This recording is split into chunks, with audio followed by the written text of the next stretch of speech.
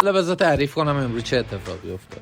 دیشب تا دیر وقت کلی تیشرت بسته‌بندی کردم که آماده ارسال باشه. صبح پا شدم سفارش‌ها رو بستم، یه مقداریشو بردم تیپاک و بعضیاشم بردم پست. بعدش تو راه برگشت گفتم برم ماشین رو بردارم یه دور بزنم. چون خیلی وقت بود سوار نشده بودم، گفتم باتریش یه موقع نخوابه. بعدش رفتم خونه 2 تا سفارش پیک داشتم که بفرستم. موقعی که خواستم تحویل پیک بدم، یه دفعه بفرمایید اون بر پرداخت میشه. اون بر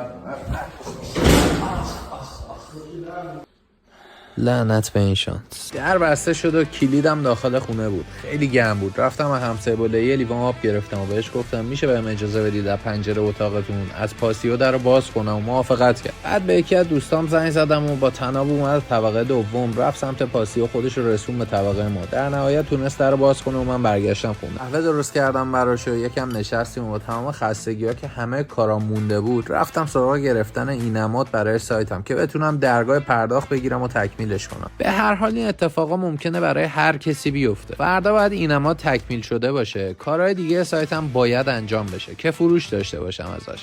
و سفارش‌های قهوه‌ای که قسمت‌های قبل آماده کرده بودم و باید تحویل مشتری بدم. اگه دوست داری توی این مسیر ساخته یک کسب و کار همراهم باشی، حتما منو فالو کن که قسمت‌های بعدی از دست ندی.